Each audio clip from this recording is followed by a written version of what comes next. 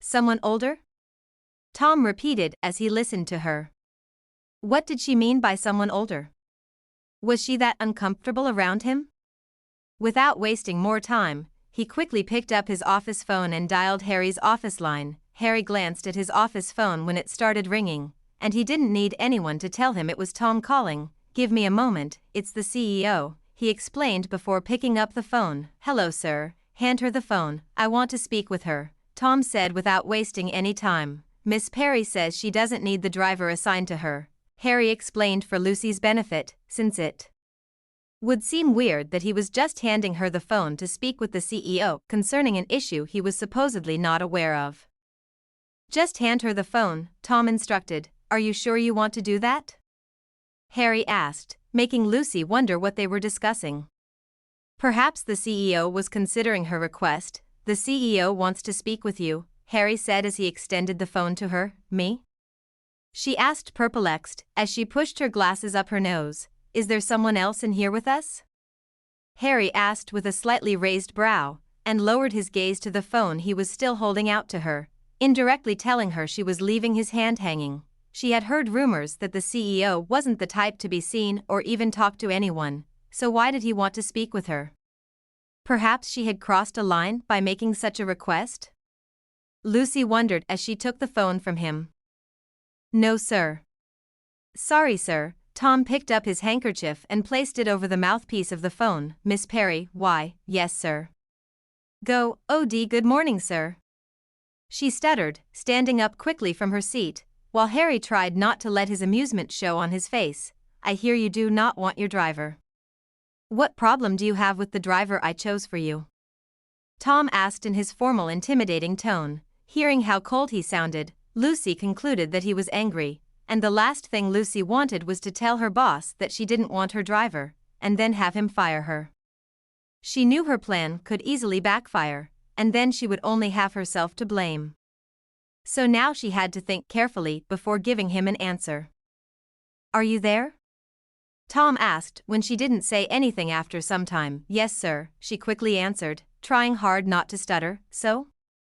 Your driver, why do you want to fire him? Tom asked again. No, sir. I'm not asking to have the driver fired. I'm just, if you say you don't need someone, what does it mean? Tom asked, cutting her off before she could explain herself, or better put, if I say I no longer need your services, what do I mean? Tom asked, making beads of sweat coat her forehead now. Sir. Lucy stuttered, and turned to Harry, who was looking at her with a laid-back expression. Go on. I'm listening, Tom urged her on. She seemed like a boss-pleaser. And maybe he could use that to his own advantage. I'm sorry, sir. I didn't mean to question your choice of a driver for me. The driver is okay. I will work with him, Lucy pleaded anxiously. She really loved her job, and didn't want to lose it simply because of one night of madness. She made a mental note to remain a good girl, and never to do crazy stuff ever again. And why do you keep referring to him as the driver instead of my driver? Tom asked curiously. I'm sorry, sir. It won't happen ever again.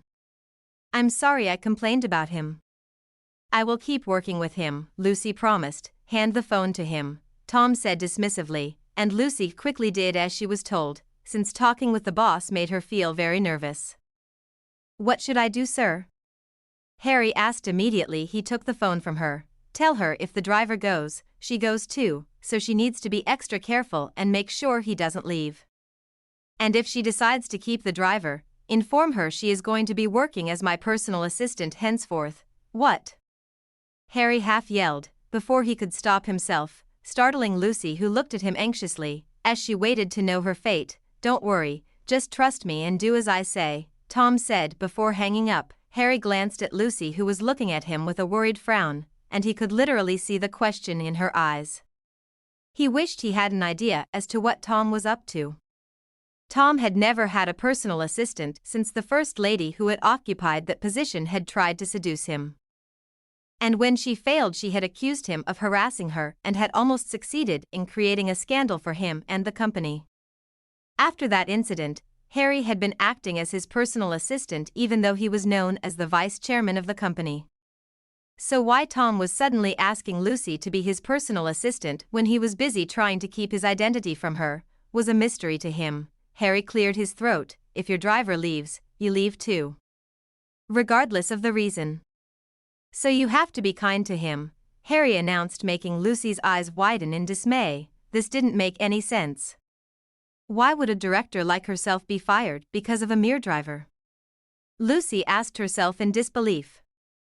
She swallowed and then nodded her head. Okay, sir, he also wants you to become his personal assistant. What? Lucy asked, shooting out of her seat without thinking. You are going to resume as the CEO's personal assistant, Harry repeated. Tom chuckled quietly and mentally patted his back for coming up with such a brilliant idea. Why hadn't he thought of it earlier? Having her work as his personal assistant would enable him control her activities in his favor. That way Tom would have the chance to take her out whenever he wanted to. He was sure both his siblings would be very proud of him if he told them about this new development. Time to get my bad boy makeover, Tom said, rubbing his hands together in excitement. He had spent most part of the night browsing out colors he wanted to try out on his hair, and he had settled on copper brown. He wanted to look like a hot yet responsible bad boy. That way not only would she find him attractive, but she would have a hard time deciding whether he was a bad boy or not. Keep her guessing was his new motto. He had made a mental note to expose his body around her more often now, since it was obvious that she was the type to be attracted by things like that. His conversation with Brian the previous evening had paid off after all. The previous evening, after his conversation with Jade, he had checked the internet for tips on how to be a bad boy, and after some time he had given up on everything he was seeing online, and decided to give Brian a call as Jade had suggested, and ask him for tips on how to be a bad boy. You've called twice within 24 hours, are you ill? Brian had asked the moment he had received the call. No, I'm not. However, I need your advice. Since you're about to hang your bad boy boots, can you pass it on to me? He had asked, making Brian raise a brow. Bad boy boots, yep. Since you're getting married, maybe I can carry on the bad boy legacy for the Hank family, Tom said, making Brian frown. He didn't want to remember the whole engagement thing. Why would you want to do that now? There is a girl I'm interested in, and she seems like a really good girl. Jade says good girls like bad boys, so I want to win her by being the bad boy. I want tips, Tom had said in his usual straight fashion manner, making Brian sit up. You talked to Jade about her already, and you're just telling me? Brian asked enviously. I figured since she is a girl, she would better understand what girls want, Tom explained, making Brian relax. He had always felt like himself and Tom weren't very close because they had different personalities, but he was glad that Tom was asking him this now. His always focused gentleman brother wanting to be a bad boy wasn't something one got to see every day. This was definitely a worthy welcome distraction from the evil Sonia. Well, it is pretty easy. Don't be a gentleman. Gentlemen are boring and they pretend too much, Brian stated like a pro. Don't ladies like being treated specially? They like to think they do, but they actually don't.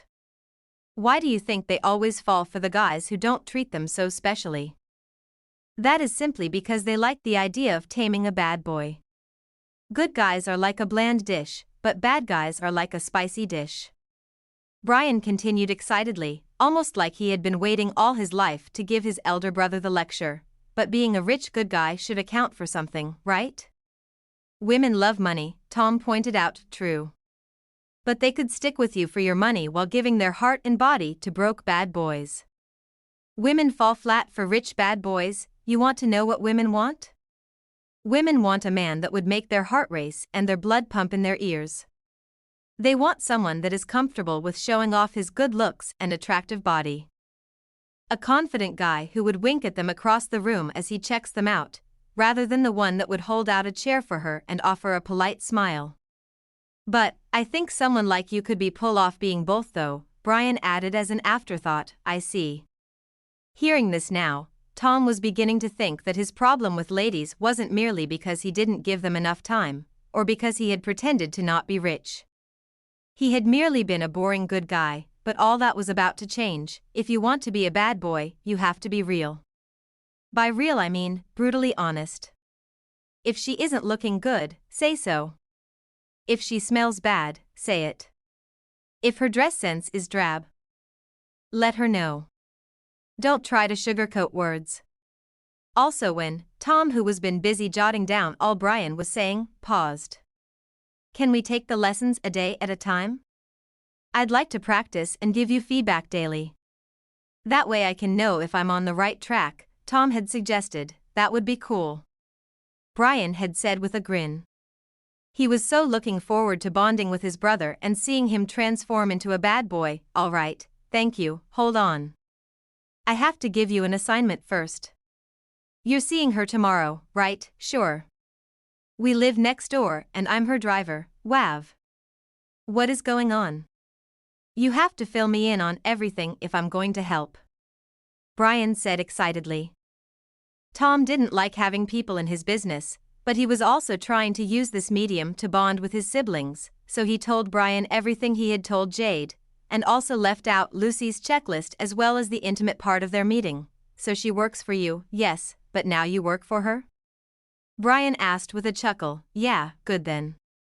Your assignment tomorrow: wear a button-down shirt and leave the top buttons open so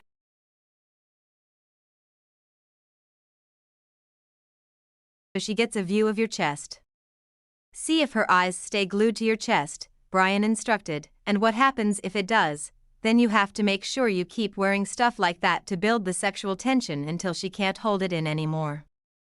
She's either going to ask you to start covering up properly, or she is going to rip off your shirt one day. Brian, I don't want just sex. Sex is always a good start. Get into her bed, and if you do a good job you can sneak into her heart. It's that easy, Brian said confidently. Are you okay? Harry asked, looking at Tom as though he was doubting his sanity. Never felt better, Tom said with a grin as he stood up from his seat and walked over to the window to admire the beautiful view of the sea beyond. Why do I find that so difficult to believe? You have been acting so out of character that I'm beginning to wonder if I need to call you a doctor, Harry said, making Tom's smile widen even more as he turned to look at his friend. I have, haven't I? Come on, Tom. This isn't you. What are you doing? Why are you doing all this? First it was wanting to become a driver and own a small-town apartment. Next it was talking about changing your looks, which I'm glad you didn't. Haven't, not didn't. I am getting it done today. I just need to take care of something first, Tom corrected, and now you want to make her your personal assistant? You want her to see your face and find out who you are? Harry continued, choosing to ignore what Tom had just said. If your worry is about her seeing my face, then you really don't have to bother yourself. I have it all figured out. She isn't going to see this face. And the few times she might get to see me, I will make sure I am beyond recognizable, Tom assured Harry. Harry ran his right fingers through his hair in frustration. Beyond recognizable? What does that even mean? What has come over you for crying out loud? Where is Thomas Hank? Tom chuckled and then tried to keep a straight face when Harry glared at him. I'm right here, Tom said, tapping his chest. Look, this whole idea is not as crazy as you think. Just see this as me trying to have fun and relax. I'm trying to take that leave you have been badgering me to take for Ian's. The only thing I see you taking leave of is your senses. Don't you think you're doing too much for a lady you don't even know much about? Harry asked with a concerned frown. Isn't that the point of everything? How am I expected to know much about her if I don't get close to her? And how can I get close to her when she keeps trying to get me fired as her driver? I'm just doing this to secure my spot by her side, Tom said as he returned to his desk and sat down by the edge, making Harry narrow his eyes at him. What is so wrong with meeting her as Thomas Hank? Do you really need me to answer that question? You ask like you don't know how women pretend around a wealthy man. We have been through this whole discussion already, just stop boring me with your questions. Please stop. You're beginning to sound like my mother. Tom said with a shake of his head. Why her? What is so special about her? Harry asked in resignation. I already told you. She intrigues me. Harry paused for some time, and then his eyes lit up when something else occurred to him. You lied to me about how you met her. Right? Something happened between the both of you other than what you told me, didn't it? Harry asked suspiciously. I didn't lie. I chose to withhold some information, but I definitely didn't lie, Tom corrected. Why? What are you hiding? Harry asked, curiously. He knew whatever Tom was keeping from him was probably the reason he was hell-bent on getting close to Lucy, and that was also the reason Lucy wasn't comfortable with him being her driver. It is personal, so I can't tell you anything. Tom said with a grin. Come on. I thought I was your best friend. Harry asked, making a cute face. No, you're not. And you shouldn't do that with your face, you look awful, Tom scowled at him. Making Harry sigh. Okay.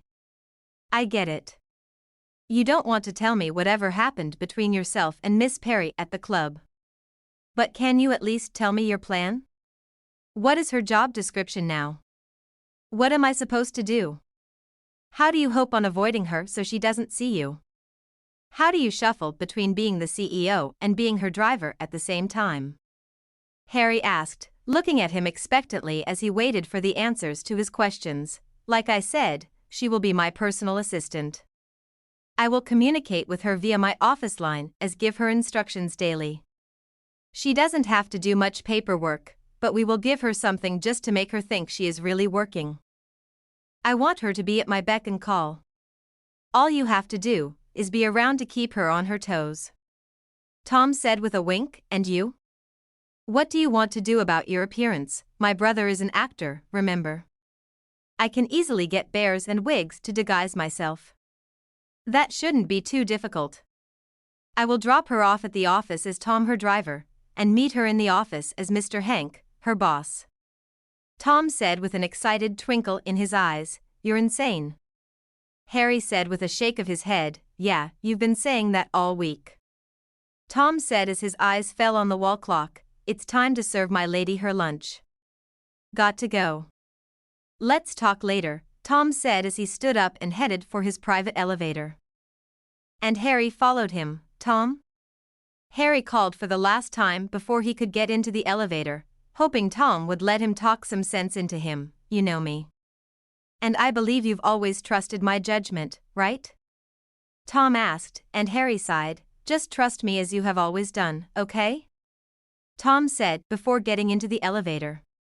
He smiled once the door closed, and couldn't help feeling sorry for Harry, who he knew was really trying hard to be a good friend.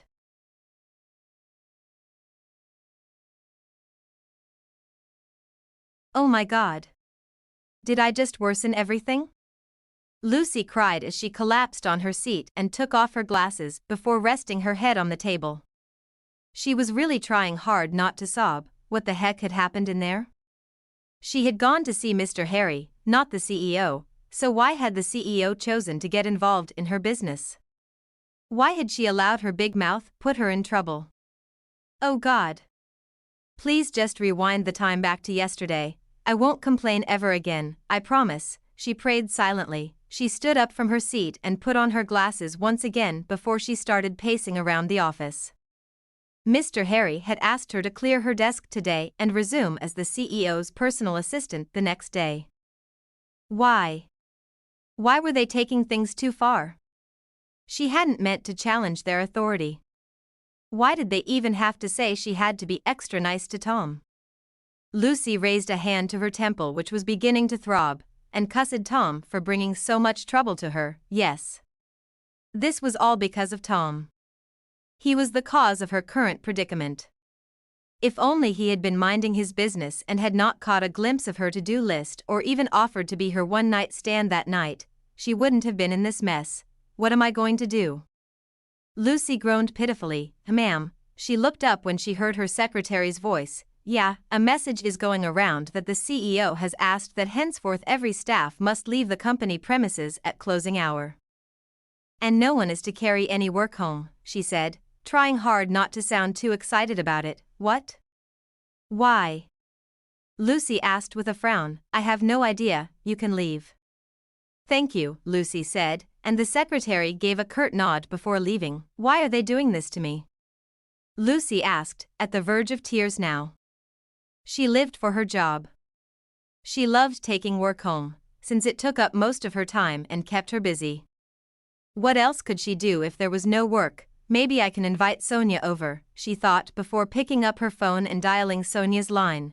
Sonia, who was seated in the middle of her apartment, which was littered with balls of discarded sheets of papers, picked up her phone distractedly when she saw it was Lucy calling. Hey girlfriend, you should come down here at once. I think I'm about to die, Lucy cried, making Sonia snap her head up from her laptop. Huh?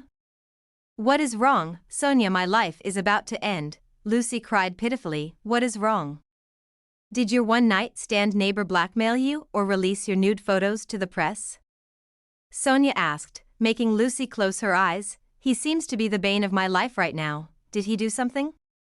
Go on, tell me what is wrong, Sonia said with a yawn, and then stood up from the floor and headed for her refrigerator in search of something to eat. Lucy quickly summarized the detail of all that had happened, making Sonia screech in excitement.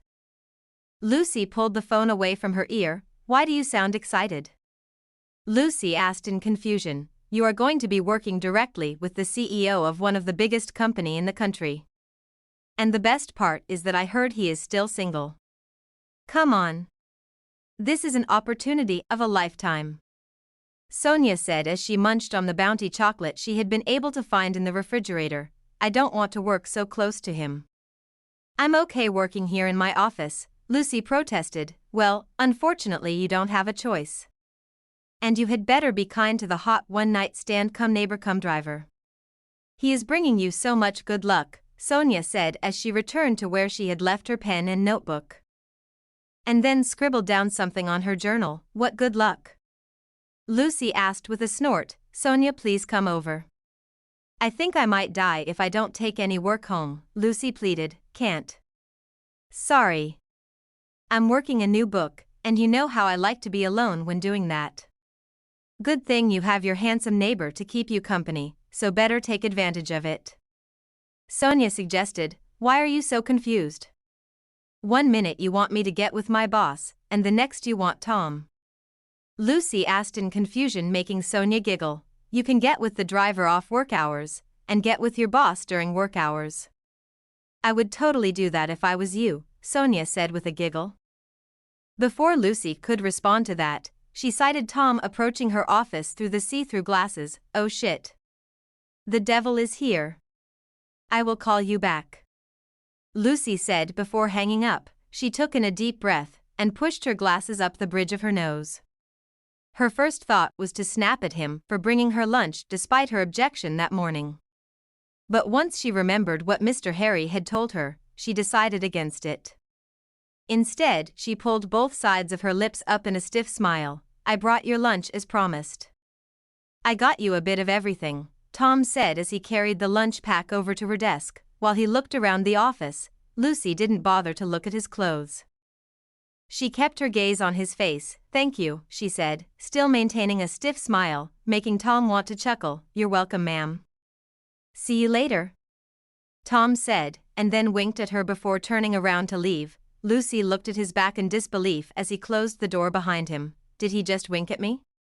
Did that damned devil of a man really just wink at me? Oh sweet Jesus. Lucy cried as she lowered herself onto her chair and buried her face in her hands. There was nothing she could do to him since she had been asked to be nice to him. She couldn't afford to lose her job because he had winked at her. Lucy, you have to be nice, Lucy murmured to herself as she massaged her temple and tried to calm herself. You want to do what? Tom's hairstylist asked in surprise the moment Tom told him what he wanted. You heard me. I want a more daring haircut. Something that gives off a bad boy vibe. And I also want you to dye my hair to a copper brown color, Tom repeated, making the man look at him as though he had gone crazy. Tom was probably the most gentleman he had ever worked for, and he had been barbing Tom's hair for more than 10 years. Never in those 10 years had Tom ever asked for something so outrageous. If Tom had been older, he would have thought Tom was probably going through a midlife crisis, but he knew that wasn't the case, so what was wrong? Why? Because I want to look different. Hurry up, I need to get back to work, Tom said as he dropped on his usual seat while the hairstylist and the few others who knew him kept staring at him in surprise. You heard the man, be fast about it.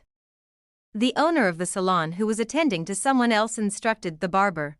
The fact that they all seemed so surprised only reinforced his decision to do something daring.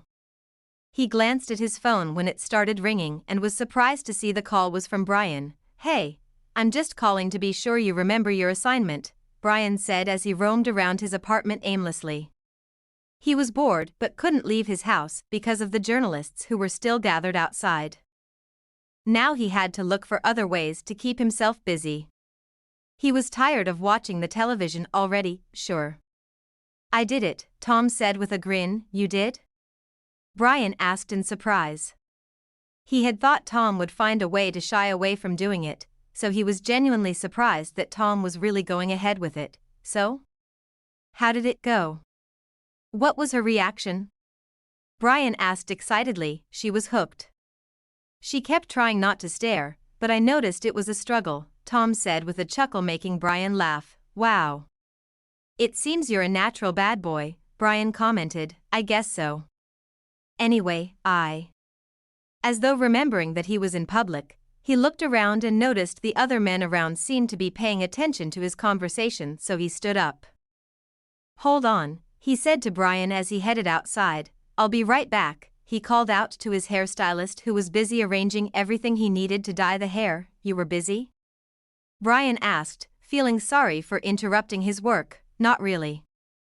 I'm just here to change my haircut, Tom explained as he walked away from the shop to a more private area. You want to change your haircut? Yes. As I was saying before, there has been a new development. She is going to be working in my office now as my personal assistant, Tom said, making Brian stop mid-stride. What? You want to reveal your identity to her already? No. I figured that it would seem suspicious trying to control her time when she works in a different unit and floor. So I changed it. Call it an abuse of power, but I want her where I can control her, Tom said, and Brian's lips curved in a proud smile. Was this really the brother he knew? He wished Tom had always been this way. I suppose you're going to want to disguise yourself? Brian asked in amusement. Exactly. So I was hoping you could help me get whatever you think I might need. You know, things like fake beards and mustache, good wigs, and whatever else you think I would need, Tom suggested. You are sure you can pull that off? Brian asked doubtfully. Sure, Tom assured him. Okay, I will have my assistant help you get all you need and send them over to you, Brian assured him. All right then. I should go in now, don't forget to send me a picture. I'm curious about this new haircut, Brian said before hanging up. He couldn't believe that Tom was having so much fun while he was here stuck in his house because of that crazy lady, Brian thought with a sigh as he walked over to his bar to pour himself a glass of wine. He picked up his phone when it started ringing again and was going to ignore the call when he noticed it wasn't a familiar number, but accepted the call at the last minute. Hello, this is Brian Hank, he said, ready to bark at whatever journalist who was calling. And this is your fiancé, Sonia said with a smile, making Brian sit up. She had planned on waiting for a week before reaching out to him. But when she heard he had returned to his city, she decided to reach out. Plus, she needed something for her next chapter, and to do that she needed to talk to him. Brian was speechless for a moment and then cleared his throat. Hi. He managed to say, for lack of anything better to say to her.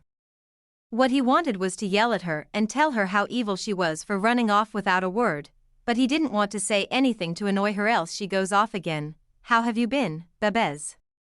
Sonia asked in a friendly tone. Where are you? Why did you leave like that? Brian asked, ignoring her question. You wanted me gone, didn't you?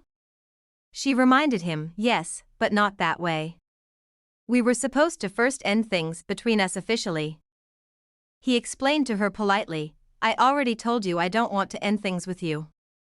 When I said yes to you, I meant it, Sonia said with a smirk, but we both know I didn't mean it when I proposed to you, Brian said in frustration. That's too bad because I meant it when I accepted your proposal. So what do you want me to do?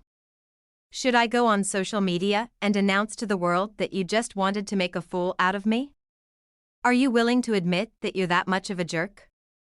Sonia asked curiously, why are you even doing this when you don't even love me? Brian asked in frustration, because I'm pretty shallow and pretentious like you said the other night. Maybe I want to ride on your coattail. Sonia said, reminding him of their conversation before he dozed off. Sonia, can you please stop? Brian asked, trying hard not to snap at her. Okay. I saw a payphone on my way out and decided to call to know how you're doing. Let's talk some other time. Be good, fiancé. Hold on. It wasn't until he heard the disconnect tone that he realized he hadn't even bothered to ask her how she had gotten his number. What was he going to do about this crazy lady?